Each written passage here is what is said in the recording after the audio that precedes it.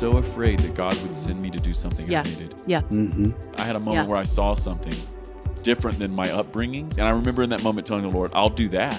Yes. And then realizing, oh, I have permission to do that. Yes. That is it. Go do that, you know? Well, and it's crazy to think that we live in such a way that we think that way, that we'll be like punished, that we spend our life, you know, that God would ask us to spend our life like hating what we do or hating what our life is about. And that was a direct challenge from the Lord. And it was just so gracious. It was such a gift to me. And from that moment on, everything shifted. Welcome to the Ferment podcast, conversations about worship and transformation. Today's episode is part one of our conversation with Jay and Danielle Pathak, incoming national directors for Vineyard USA. Jay, Danielle, what's up? Hello, hello. Hey, how you doing? I'm at your house. You are. You came all the way to talk to us. I Thank did. you. I flew on an airplane to Denver, Colorado. It's amazing. Blue skies outside. Imagine that. It's mostly like that here. I know. It's really, really magical. But I asked you before, and I want to document it on the pod. Why am I sneezing my head off? I don't know. Do I have COVID? Well, I hope not. in this era, can we ever say no? We don't know. Who knows? But Correct. We have I don't know what the pollen is flying around right now, but There's we're all something. sneezing. There's something out here. yeah, I don't know what it is. All right. So tell me also this. I just want Yeah. to locate myself. What neighborhood are we in right now? It's Pomona. Pomona. So we're the in. Panthers. I think I drove by the school. You did? You We drove right do. past it. The high school backs Yeah, up yeah. to our home. We live yeah. right by a high school. Yeah. Okay. That's right. Arvada is the Mhm. city you're in. Well, that's so good. I've been looking forward to this conversation for a little while, mostly just so we could like tell your story.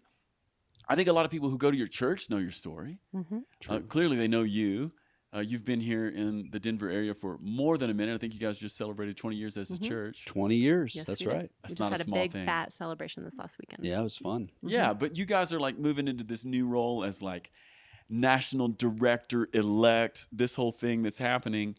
And I realized, you know what? There's probably a lot of people in the vineyard who know your face and know your names, but maybe don't know your story. Maybe they know some of the Columbus stuff, but they don't really know who you are, how this happened, or what's going on. So I thought we should just tell that story. Great. Is that cool? Yeah, sure. I mean, Yeah, and I just want to do what we always do here. How'd you grow up? What was your family like? And was it like a family of faith? And like whoever wants to go first, what's the story in early childhood and growing up? No, you Do you should, you yeah. should start. You want me to start? Yeah. Yeah. So we both grew up in Columbus, Ohio. Home of the Ohio State University. Go Bucks. He never tires of saying that. And yeah, we grew up in a little suburb. I'm the oldest of 5 girls in my family. And it was a family of faith. It wasn't necessarily a family that worked, like that was healthy, but we did have faith from the very beginning. I remember as a little girl, like accepting Jesus into my heart, like in a very formal way. Yeah. 5 years old, and I remember standing and insisting on being baptized at 6. There's a funny story because the church that we were going to at the time they had a minimum age requirement, so they wouldn't even let us do that as our family. And we had after hours. We had special after hours that nobody could see in the congregation that they were After hours baptizing baptism. like a little girl. Actually, I'm a twin, so it's the both Yeah. of us together. But grew up with faith, and so anyway, I mean, even though our family kind of fell apart and we really struggled, my parents' marriage did not survive and did not make it. But I had faith in my family. So I started going to the vineyard when I was 13, and my family wandered in, and we were a little bit of a hot mess, and we wandered in, and that church became our home for the next several years. Yeah. So, and I'm assuming this is maybe in a moment when your family is still kind of exploded. Yes. Yeah. Yes. And so you showed up and Mhm. the church I'm assuming, I'm hoping the church was the church for you. They Yeah. were the church Yeah. for us, and it was such a different environment from growing up. We kind of church hopped, and my father he always was aware of the new and the next and the most interesting thing in the city. So we would move to house churches, to little churches, to back to house churches, and probably the biggest theme is that they were fairly conservative, and women did not, I mean, they didn't have much to say. Wasn't And even a so thing on the map, right? no, Yeah. no. It was so walking into Vineyard, it was a really different experience. And it was the first church that I believe, talking with my mom, that she actually felt seen and she felt heard. And so over the course of the next few years, they provided it's like a foundation of stability and safety enough that she could let some people know what was happening within my family. So then basically when everything really, really fell apart, they held us as a church community. They held us together. Oh, beautiful. My mom and then the five girls. I was the oldest of five, and they held us together. And I love looking back on that time, no matter how tragic or how traumatic it was.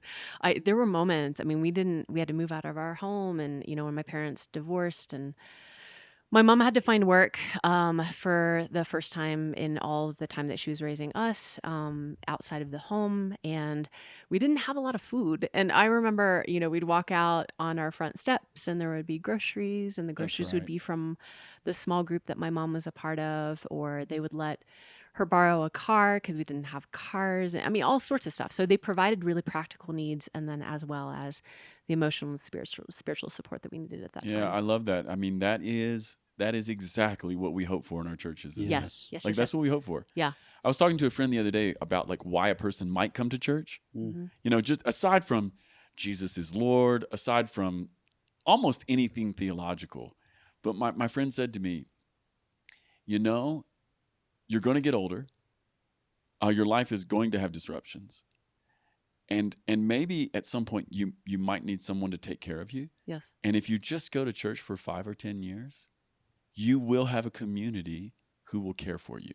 Yes. I mean, I love to hear stories like this because it's what we hope for. Mm-hmm. Yeah. Very much so. Jay, what about you? What was your life of faith / family like? I'm an only child.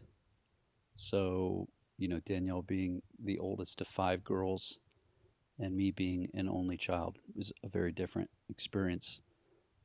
I would be staring out on the rainy days of Columbus, just imagining what it would be like to be with people all day, every day. Aw. Meanwhile, Danielle in a parallel world is like dreaming about what it would be like to be alone. That's right. And Can I have so, my own room? yeah, That's exactly.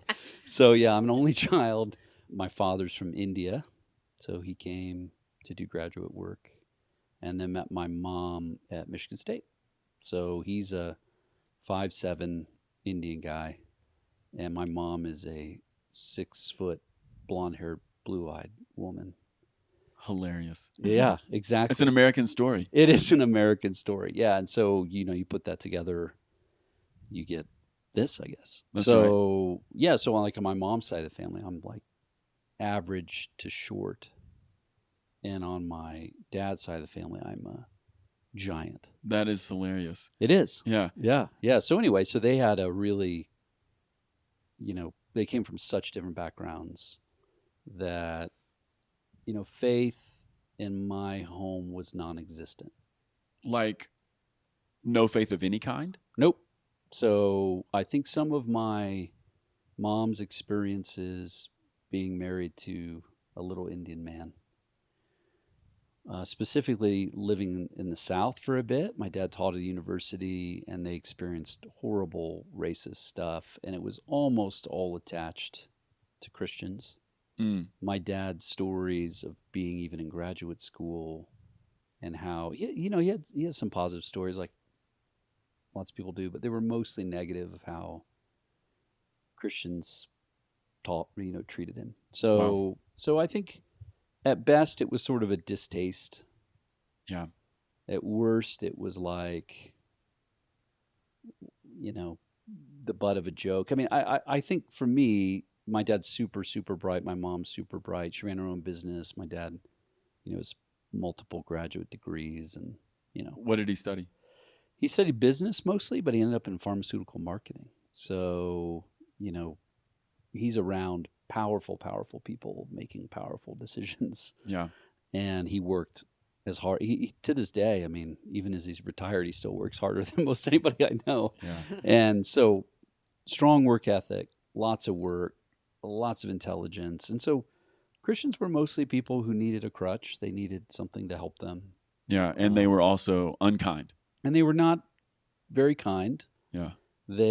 But they were, I mean, probably strong to say they're stupid, but they're probably just not quite as bright. So they need help to get through life. They need to believe in the Easter bunny so they can. And did you hear about Jesus ever growing up, or was it just like it's so just outside of your world? Yeah, I mean, the bad news is the majority of my experiences up to high school with Christian types were negative. Yeah. So I could pick out the Christians because, they will know us by our T-shirts. Yeah. So like, Christian T-shirts, little weird, there's that kid that would smuggle some kind of Bible thing into his speech in the class and whatever. And they were mostly geeky, sort of rude, Yeah. So they just seemed inconsequential. And I wasn't like a great kid. I was like super sarcastic and make fun of people, and I was always a little smaller and skinnier than everybody until like really the middle of high school. Yeah. So yeah, I wasn't exactly a pleasant guy. Like I wasn't the guy people would be like, oh, let's go hang out with that guy. So when did you come into contact with Jesus in a way that was like, okay, my stereotypes up to this point have been wrong, and now I feel something new, or maybe I want to lean this direction? Well, I look back and realize it was miraculous, as all stories like this are, in that there was a kid named Johnny who was a Southern Baptist preacher's kid, didn't know that at the time. And he and I got into an argument in class one day. And it around abortion and faith, and it was in our honors English class. And so it was so heated that my teacher was trying to calm him down and me down and said, you should just leave the room. So he says, I'd rather just sit in the hallway. This is how this is going to go. So he sat in the hallway. And on my way out, I looked at him and said, you're such a loser. And just kept walking. And I think looking back, he was trying to contend for faith, right? But I didn't. I just thought he was being dumb. Well, anyway, what he did over that weekend is he went to a Southern Baptist little youth camp. It was like an overnight thing, and the preacher did a deal on how God can save anybody. And it was Saul turning into Paul, and that was kind of the message. And he said, write down the name of the person you think is furthest from God, that God would want to use, like in the world, like has leadership or something could help change the world. And Johnny Nicholson writes Jay Pathak down on a piece of paper, and they pass the little papers in, all these little, couple hundred Baptist kids pass in their little papers, and the preacher pulls out some names and says, write down these names, and Jay Pathak's one of the names that's pulled, and 200 little Baptist kids start praying for Jay Pathak to come to Christ. And the reason I know that story is because I can remember the argument with Johnny, and quite miraculously, we became friends. He liked to play basketball. I liked to play basketball. He liked to do practical jokes. I like to do practical jokes. And we liked doing pickup lines with girls. For real. This is literally how it went. Yeah. And we became friends, just like being silly. But I look back and realize God gave him favor in my life. Yeah. And now, do you still know Johnny? Mm-hmm. Yeah. Get out.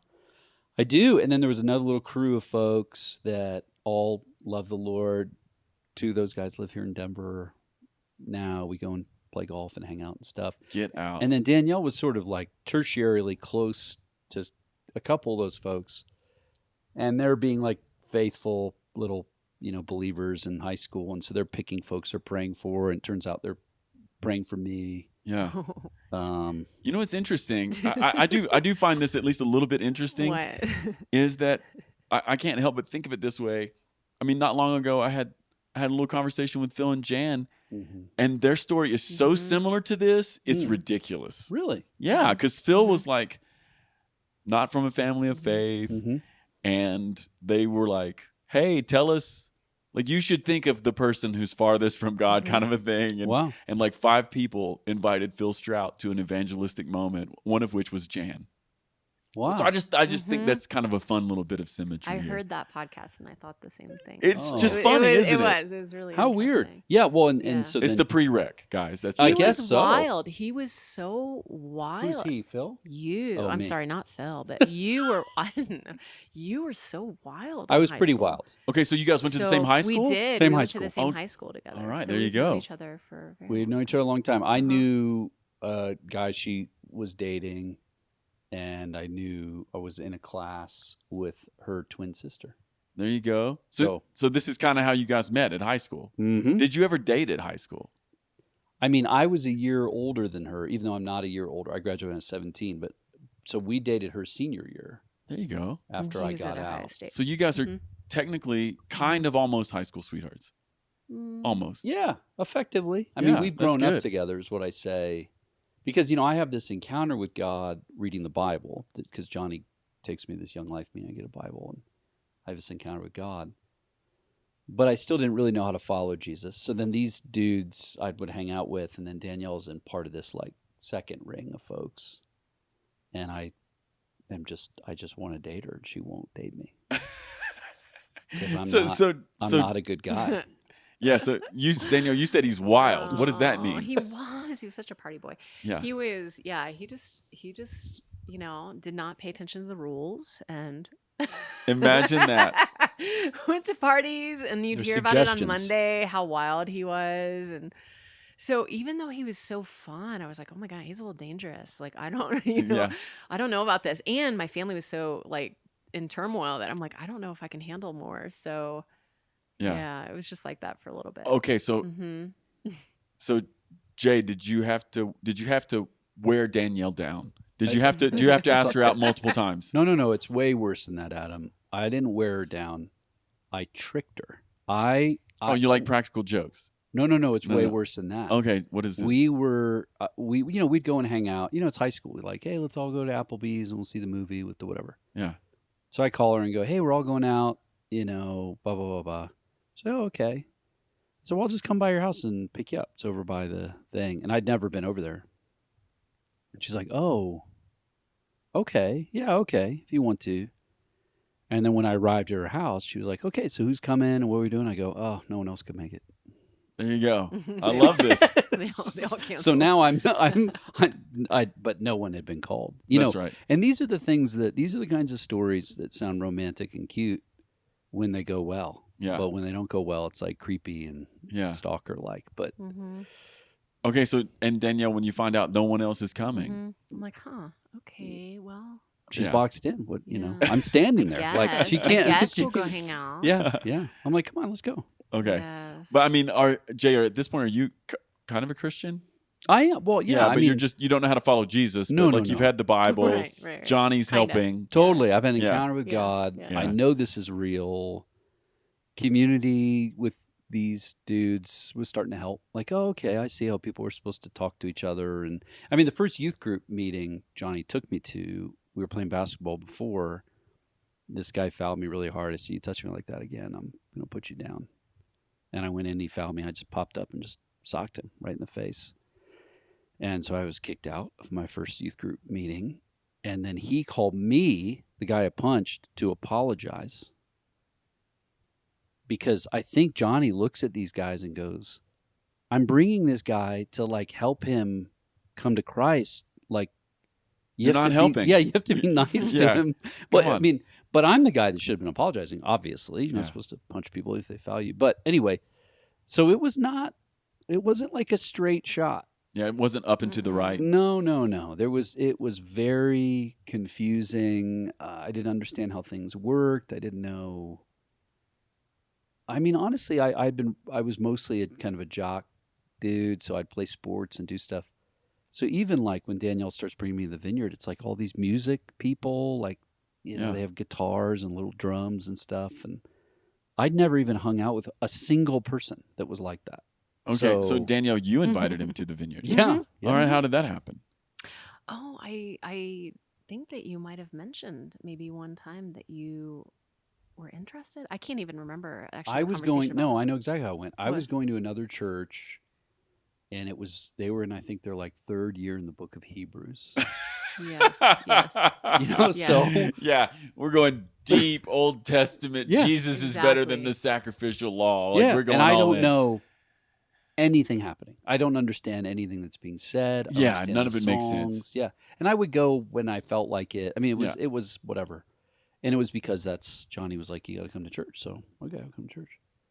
And so I think at that point it tricked you into probably a few dates.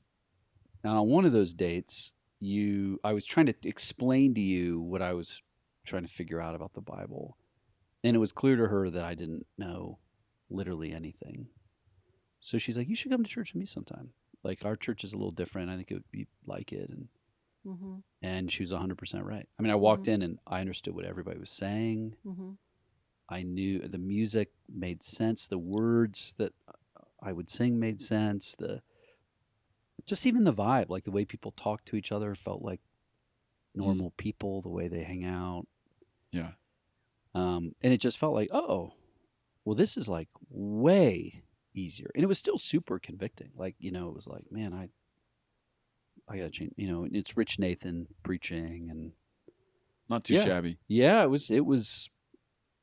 I mean, it was home. I mean, I don't know how else to describe it. I walk in, I'm like, this is home. This is I home. can come here. Yeah. Okay, so how long did it take you guys to start doing like leadery things at Vineyard Columbus? Was that like Oh, pretty soon, It was or almost right away because Yeah. at that point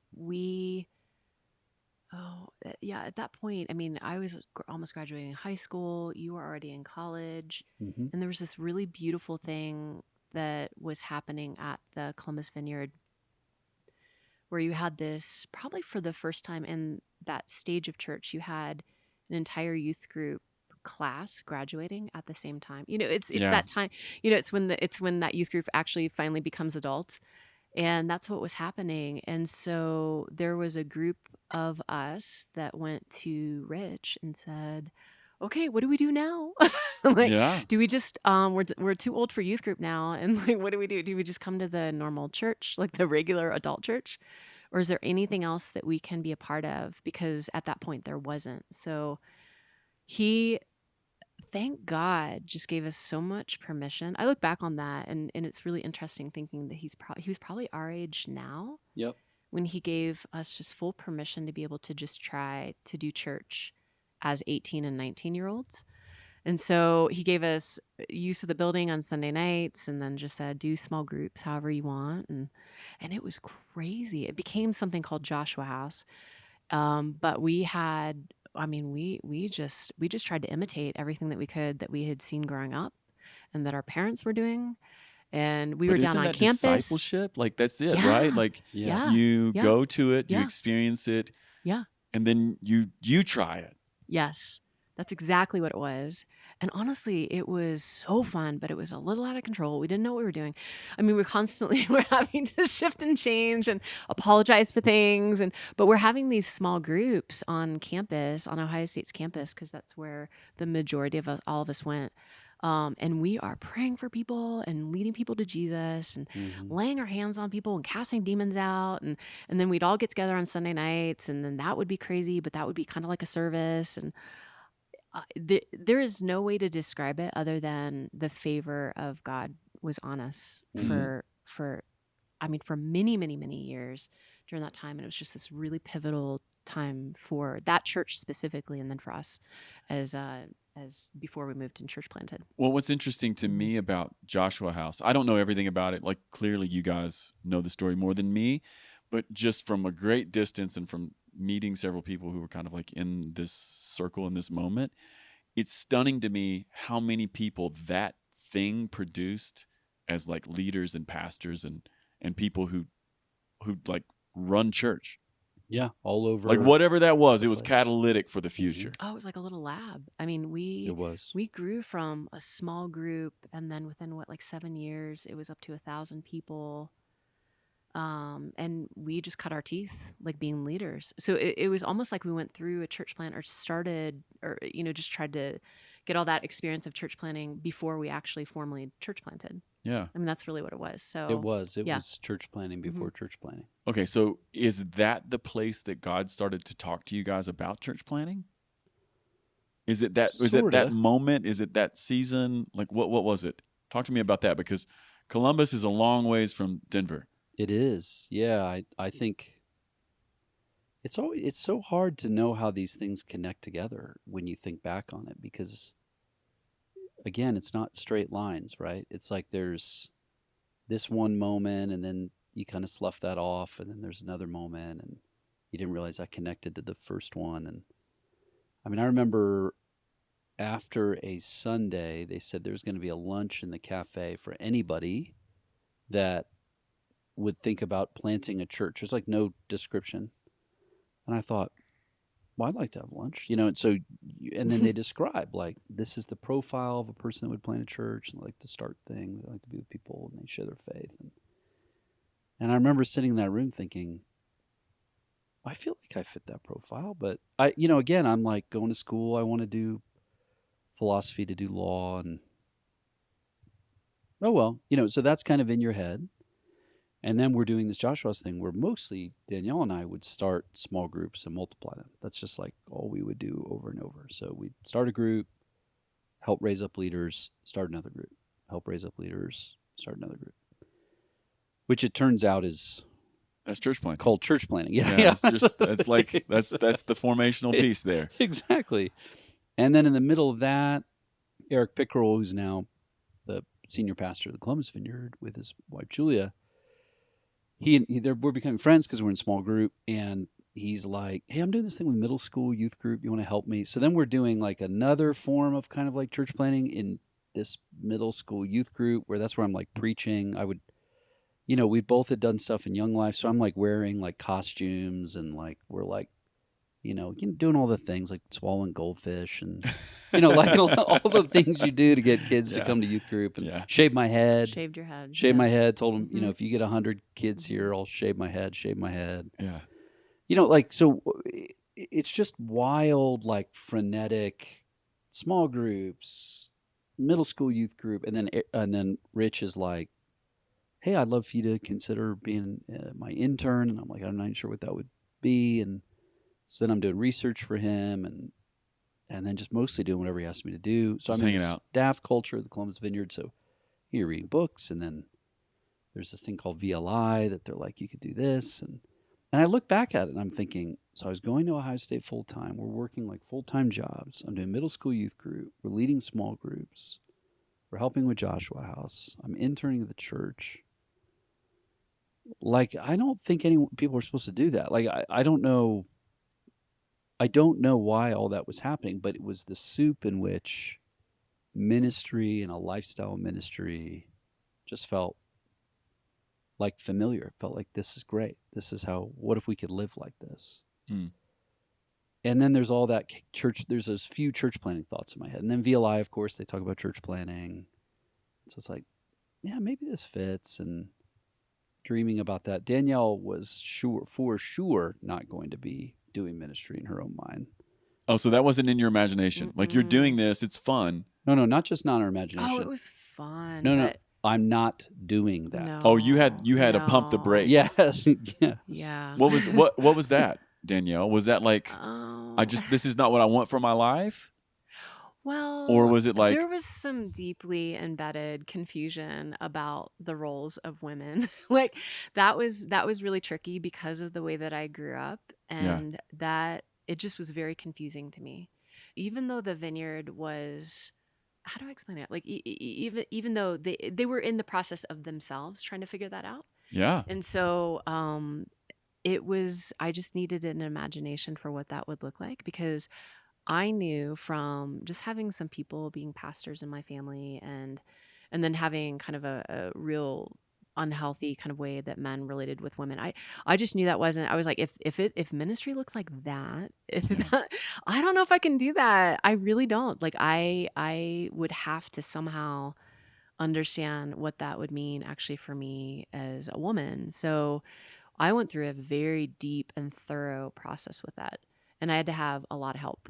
Okay, so when you're at the vineyard and the Yeah. vineyard is a space that empowers women, how does that feel to you? Well, it was Does it- confusing. yeah. It Does it was feel like you're breaking the it was Bible? beautiful. Is it like, Well, was it that, or was it just like, I don't know what this means? No. It was just, yeah. It was like a whole new world. It was a Yeah. whole new world. And I mean, we were so young, and again, like what Jay was describing. I mean, it was kind of chaotic. It was very exciting. It was very chaotic, and somewhere in there, I think that I don't know. I never thought that it would be for me, and so I was perfectly content with being, having a job and having a career and a profession that was outside of that. So it was really confusing actually when Jay started talking about doing ministry for a living, because he had always talked about being a lawyer and we were getting serious, and the whole thing just got really confusing really fast. And what were you studying at the time? I wanted to be an interior designer There or you some go. type of art.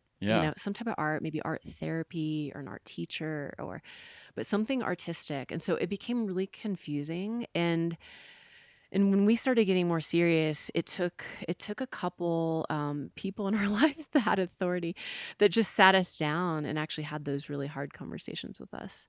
And said, something's not lining up with the way that you guys are thinking about your life. Like, we see all this activity and we see this favor of God on you guys, and we see people coming to know Jesus, but then we see a disconnect with the way that you guys are talking about this together, and how does this work, and you guys want to be married. And so it just took some really thoughtful authority in our life to be able to have those conversations with us, that at least kind of propelled us in the right direction for us to be able to figure that out. Okay, so when you did figure that out, was there a Mhm. watershed moment, or was it like a tiny, like tons of tiny little moments where you feel yourself changing, and then you wake up one day and you're like, Jay, you know what? I think we could do this. Oh no, it was a big moment for me. So we had a meeting with Rich and Jay. Were we married? I think we were married at that point. Either we were married or we were about to get We were about married. ready to get married. Yeah. He might have even been talking to us about our wedding or Yeah, something he like may have that. been. And he looked at us, and it was one of those moments that I just talked about, like those real clear moments where he's like, guys, what are you doing? Like, what is the plan? What's the plan? That's right. And what's funny is that because he went to school in Cleveland, he always tried to push people to Cleveland. He's like, I hear this thing about church planning, and Yeah. go to Cleveland. And we, by that point, well, we knew that we didn't want to live in Cleveland. But no offense to Cleveland, but that was not for Some us. offense. No, it just wasn't for us. Anyway, and he addressed that big elephant in the room and said, Jay, I hear you're getting more and more excited about church planning, but what's the story? Like, what's the real story? And we had to come clean. We were like, actually, we fight a lot about this. Like, we don't know, and we feel kind of confused, and we don't know how this will work together. And Danielle, she's not knowing how this works. And, so anyways, we're just putting it all out there. Yeah. And what he did, he said, okay, well, I mean, the Lord can speak into that. And he leaned across and he put his hands on my shoulder. It's almost like he kind of pushed Jay out of the way. He's like kind of pushed him out of the way, and he put his hands on my shoulder, and it was the quickest prayer. And it was probably one of the most important prayers of my life, where he just said, Lord, speak to Danielle in the way that she hears your voice. Yeah. And then that was it. And I'm like, okay. And it just felt like peaceful, and it felt like, okay, Lord, you're going to speak, whatever's going on between us, like, you'll speak.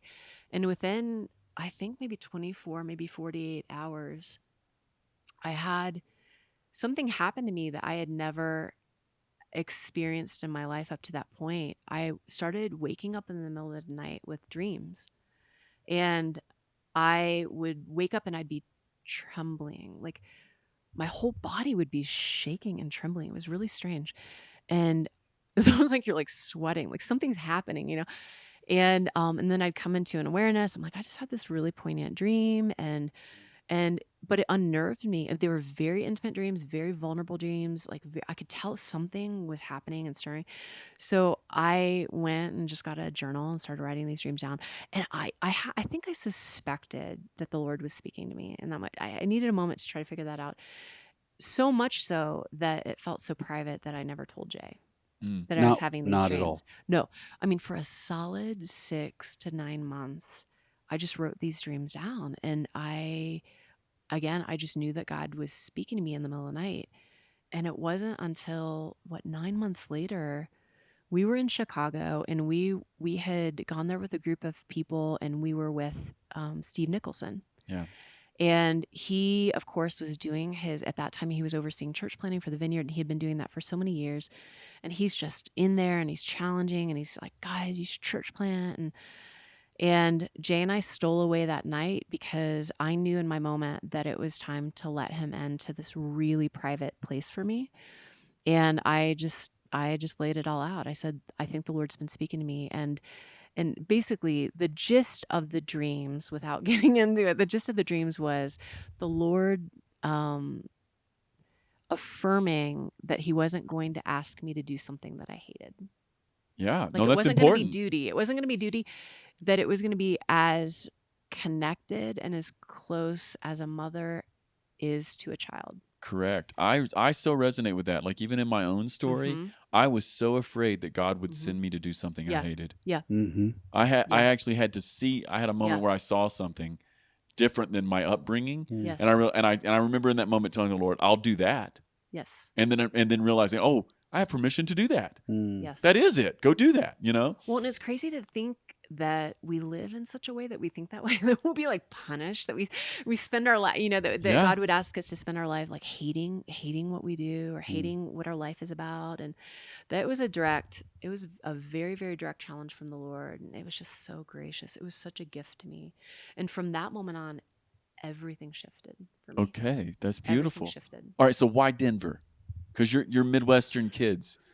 You're All the Ohio way in. State. Go Bucks. Yep. I mean, even now you're out here like repping my Bucks. yeah. You're just you're pumping the home team. So yeah, but totally. why Denver? I mean, why not San Diego? Why not Fort Lauderdale or well, Vancouver is nice. It's also very nice. Yeah. They're very nice places. Yeah, we had an experience driving, because again, Danielle's in like Vineyard youth group with all these kids, so she knows all these folks. I don't know them that well, as I'm getting to date her, and I'm coming to the Vineyard, and they wanted to all drive out to California to a Doing the Stuff conference, and I'm newly dating this girl who I think's amazing, and most of the folks were couples, and I thought, so 3 days out there, like 4 days at the conference, 3 days back, just hanging out with my girlfriend and whoever these new people are. That sounds great. I had like mapped out what what will the conference be? Who cares? Doesn't matter. It'll be fun to go. And again, complete madness, to have 2 carfuls of 18-year-olds driving across the country. That was pretty insane as well. But anyway, we stop and sleep in like the floor of churches, and it was yeah, it's just bad. It was just poorly again, put chaotic. together. Yeah. But anyway, we get to California, Doing the Stuff. First night, like Glenn Schroeder's doing some kind of intro thing, and then I think Don Williams spoke, and there was this whole thing on like you can come up and confess your sin publicly. And again, like I'm a killer opening session. Well, and here's the thing, like the line is like wrapping around the room. When you got done confessing your sin, people pray for you, and I'm just standing there going, what is this? And because all the things are happening, this is 95. Oh yeah, this is renewal days. Oh my goodness, it is like people are screaming and crying on and the like, floor, kind of like laughing, and I'm just in the middle of this room going, what have I agreed to? Like, I don't know what I'm doing here. This is not a 10-day date with my girlfriend. No, this is not what I agreed to. We're confessing And- sin. Yeah. Yes. And I remember I just walked outside and just sort of like waited for it to be done. Like, I wonder when this will be done, and then we can just leave. And so the next morning we show up, and I'm like, oh my gosh, this is going to be days of this. And the first, I can't remember what the morning was, but it was something. And then there was workshops. And I, at that point, had already started like really falling in love with sharing my faith. Like, I loved it at Ohio State and the dorms. I'd been doing stuff with some parachurch things.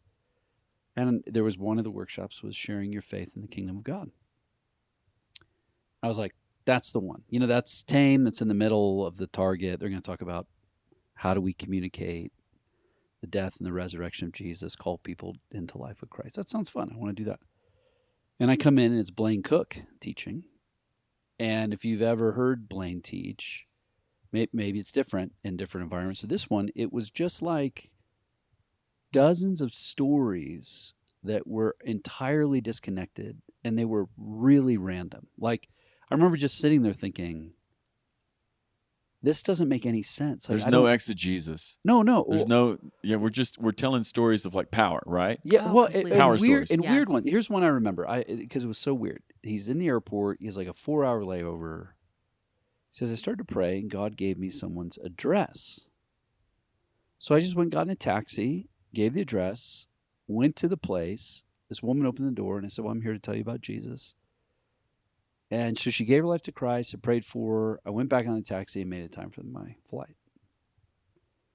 And I'm like, what? I'm listening to this thinking, I think this is like insane. Like, somebody put a crazy person on the stage. Because I'm trying to like map out, like, is this real? Like, could this really be happening? And anyway, in the middle of that, I realized that I think I'm getting sick. Like, my hands are really, really sweaty. Like, really sweaty. Like, I show them to Danielle.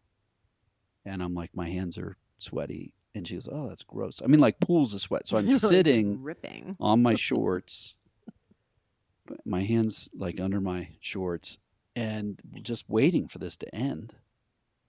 And finally, this like never-ending madness story thing ends. It's hard to call it a talk. And he says, okay, well, now we're going to pray for people. Because the Holy Spirit's already touching many of you. The first group, it's because the Lord is touching your hands. They're hot and sweaty. And I tell you, man, to this day, if I hadn't told Danielle, I don't think I would have responded. That was the internal.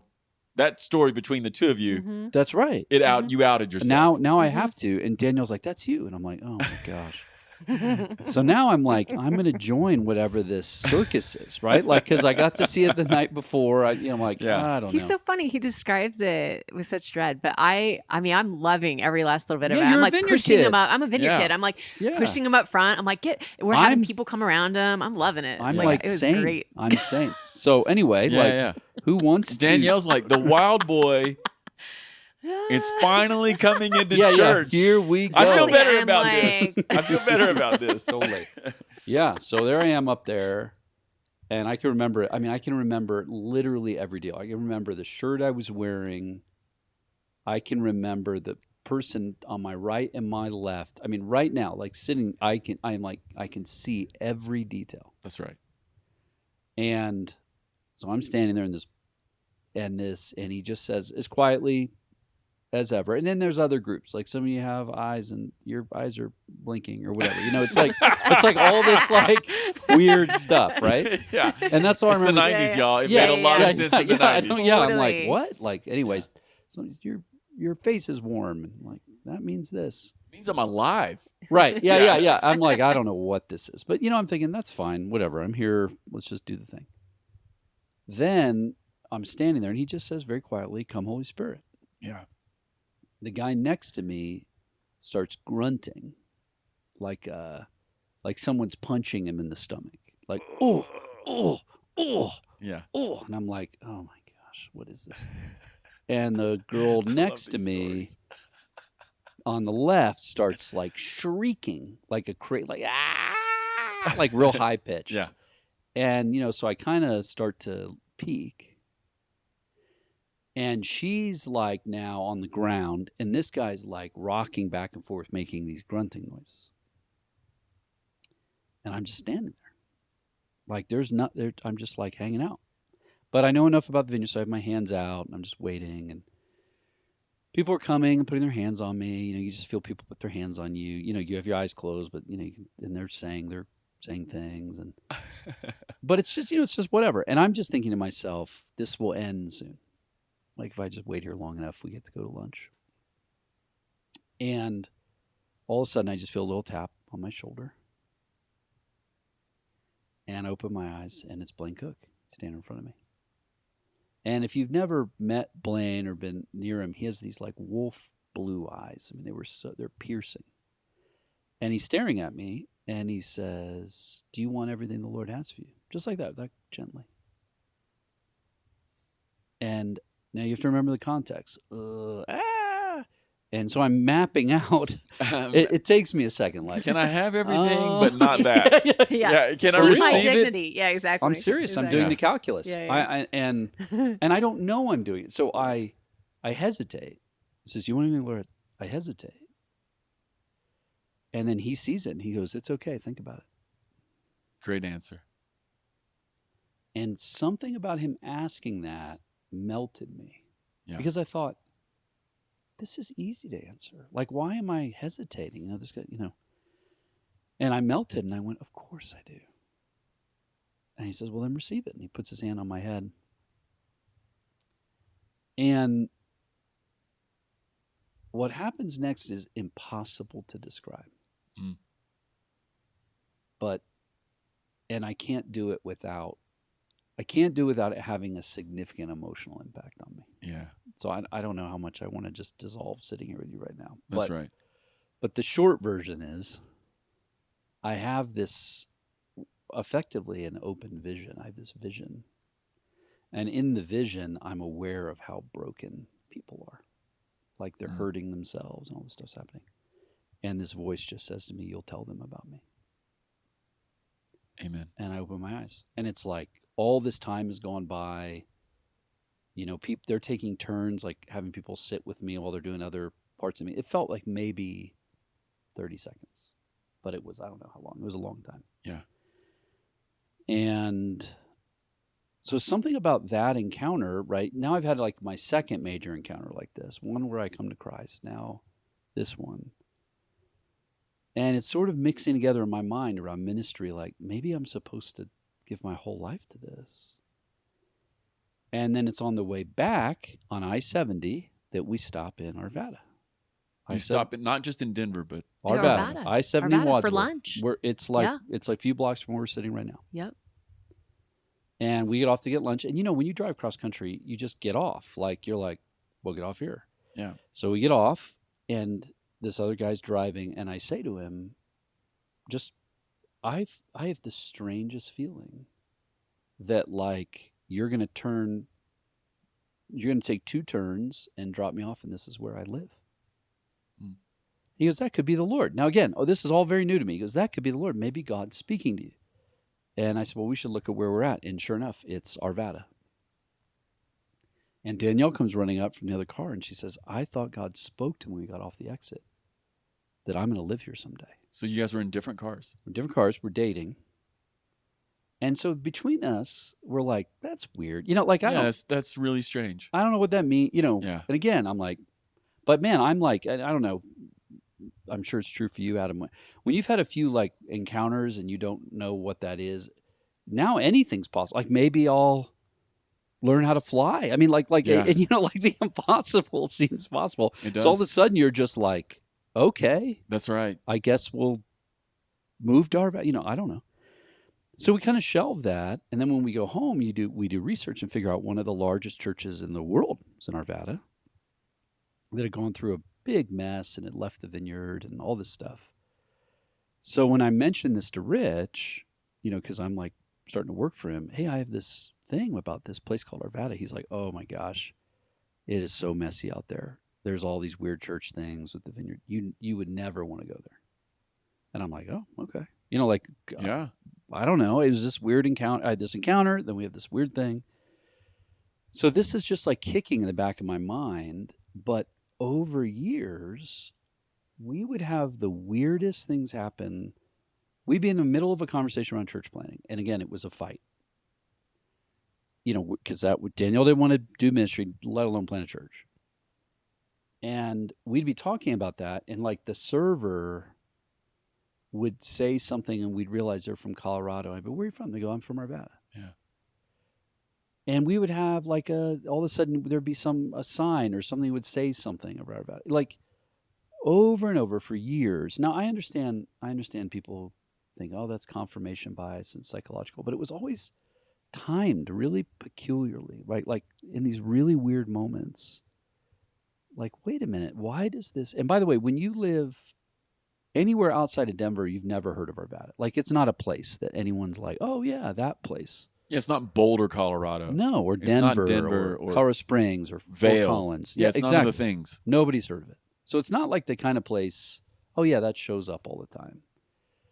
But it was that specific. It was that clear. And so years are going on where we're having these weird encounters. And then it's a very long story, but in short, I had a job doing sales on the phone. And in a very painful moment in my life, I was praying on my break, like, God, is this worth anything? Like, I'm doing all this stuff and my life is like the worst. I need you to speak to me. I don't know, what am I doing with my life? And I go back in and I start selling these travel programs, and all the people are from Arvada. It's like a miracle.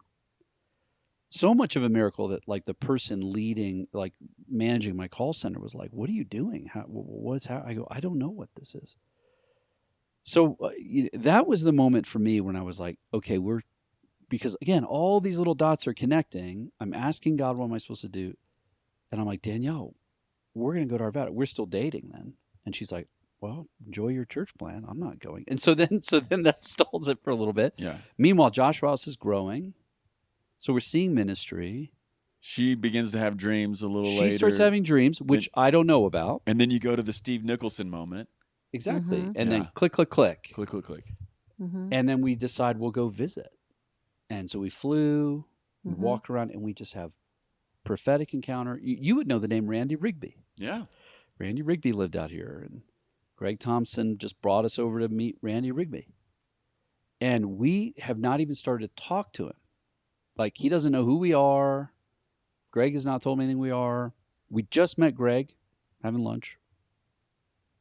We walk in, and Randy, like, almost instantly says, the Lord has called you to be here. Bold. Just like that. He goes, and I've been praying that God would send someone from the outside to, like, take hold of what God is doing in this place. Amen. And it's you. And he says, so don't even go back. We'll send for your stuff. Does he starts really say crying. that? Yes. For real. And he starts crying, like openly. Danielle, what do you Yes. think in this moment? Well, I mean, by that point, we're both on the same page, but Yeah, it yeah. was a huge, It huge was moment because bizarre. we just met this man. We're outside. Yeah, it's and honestly, I mean, we had flown out that weekend to just pray about timing and Should we you know, even do this? just that Like, final, kind of push. Like, do we Well, want to yeah, move no, our it's- whole it's- lives? It's good Yeah. to visit the place Yeah. you might plan. Well, to- exactly. We Well, had not exactly. been. We had not been since that weird I little know. lunch, Yeah, yeah, yeah. like years No, I get it. before we'd that, had 10 right? minutes here or Right. whatever. Like, we don't know what this is. And then we Yes. have this encounter. We have another Yes. encounter. And we're I'm like, stunned. What? Yes. So Well, yeah. we walk away and we walk around a mall for hours, not Silently. even talking, We were just silent. thunderstruck. And then we just looked at each other and we said, "Okay, let's guess start we're making moving here." plans. Like we're doing we're it. gonna move here. This is our new home."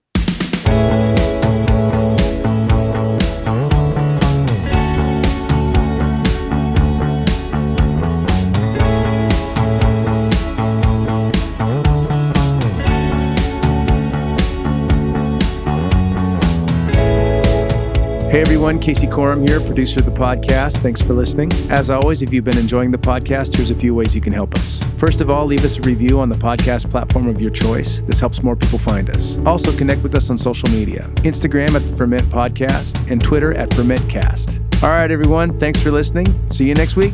Peace.